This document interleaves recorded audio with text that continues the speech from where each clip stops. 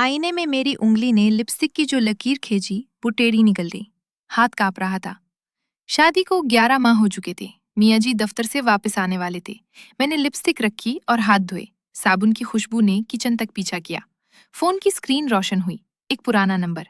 Block नहीं किया था कभी, सिर्फ छुपाया था। मैसेज मुख्तसर था, मैं शहर में हूँ आज। मैंने जवाब नहीं दिया, बस स्क्रीन को घूरते रही, यहाँ तक कि रोशनी खुद ब खुद बुझ गई। 10 साल पहले यही नंबर रात भर जलती रहती थी। एहसान, मेरा पहला, आखिरी और अधूरा आशिक। हमने वादे किए थे, खत लिखे थे, और फिर जिंदगी ने हमें अलग कर दिया था। उसकी नौकरी दूसरे शहर चली गई, मेरी शादी तय हो गई। ना कोई लड़ाई, ना कोई अलविदा, बस खामोशी का एक लंबा वक्फा। शाम को मियाँ जी आए, खाना खाया, टीवी देखा, सो गए। मैं छत पर चली गई। हवा में मौसम सुरमा की तेजी थी। फोन फिर रोशन हुआ। नीचे पार्क में हूँ, सिर्फ 5 मिनट। मैंने चादर ओढ़े सीढ़ियां उतरी। गली खामोश थी। पार्क के बेंच पर वो बैठा था। पहले जैसा नहीं, दाढ़ी का हल्का सा, आंखों के नीचे साए, मगर मुस्कुराहट वही जो 10 साल पहले मेरे नाम की हुआ करती थी। हमने हाथ नहीं मिलाया, बस एक दूसरे को देखा। उसने कहा, तुम बदल गई हो। मैंने जवाब दिया, तुम भी।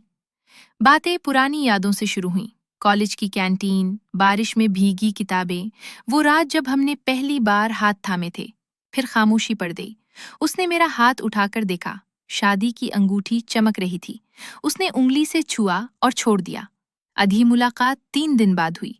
मैंने बहाना बनाया कि सहेली के घर जा रही हूँ। हमने शहर के एक पुराने इलाके में कमरा लिया। होटल नहीं, किसी रिश्तेदार के खाली फ्लैट का। दरवाजा बंद होते ही वक्त पलट गया।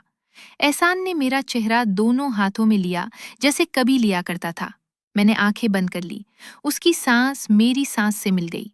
इस कमरे में हमने 10 साल की दूरी को चंद घंटों में समेटने की कोशिश की।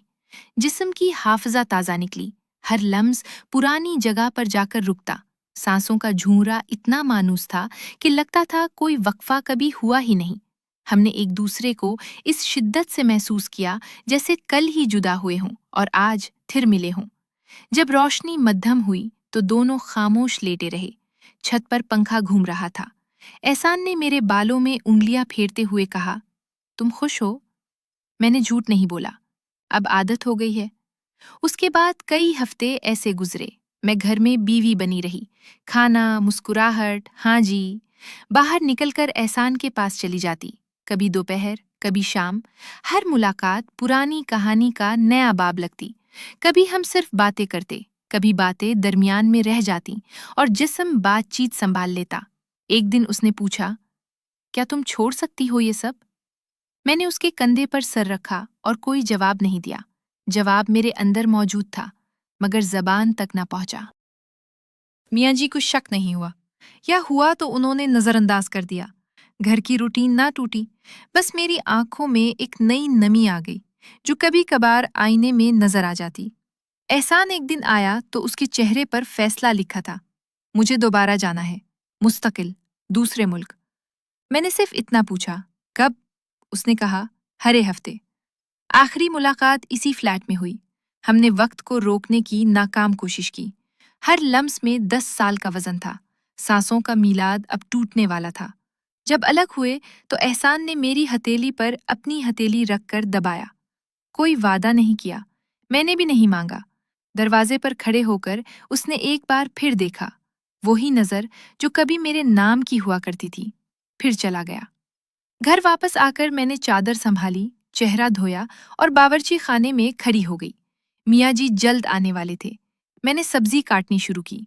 छुरी की आवाज आम सी लग रही थी। रात को जब वो सो गए तो मैंने फोन निकाला। पुराना नंबर अब ब्लॉक था। मैंने स्क्रीन को अंधेरे में देखा और रख दिया। अब 11 माह 11 साल लगते हैं। घर चल रहा है, मुस्कुराहटें दुरुस्त हैं, मगर कभी कभार रात के 3 बजे जब नींद नहीं आती तो वो फ्लैट याद आ जाता है, जहां 10 साल पुराना इश्क चंद घंटों के लिए जिंदा हो गया था। ना कामयाब हुआ, ना हारा, बस एक बार फिर गुजरा और चला गया। मैंने यह किस्सा किसी रजिस्टर में नहीं लिखा, किसी सहेली को नहीं सुनाया। शादी के बाद पुराना आशिक, ये जुमला बहुत बड़ा है। हकीकत इससे छोटी और ज्यादा तेज है। میں دونوں کو جیتی ہوں، ایک جو گھر میں ہے، ایک جو یاد میں، اور خاموش رہتی ہوں، کیونکہ کچھ لوگ صرف یہ بتانے آتے ہیں کہ وقت کبھی مکمل طور پر نہیں گزرتا، وہ کسی نہ کسی کمرے میں محفوظ رہ جاتا ہے۔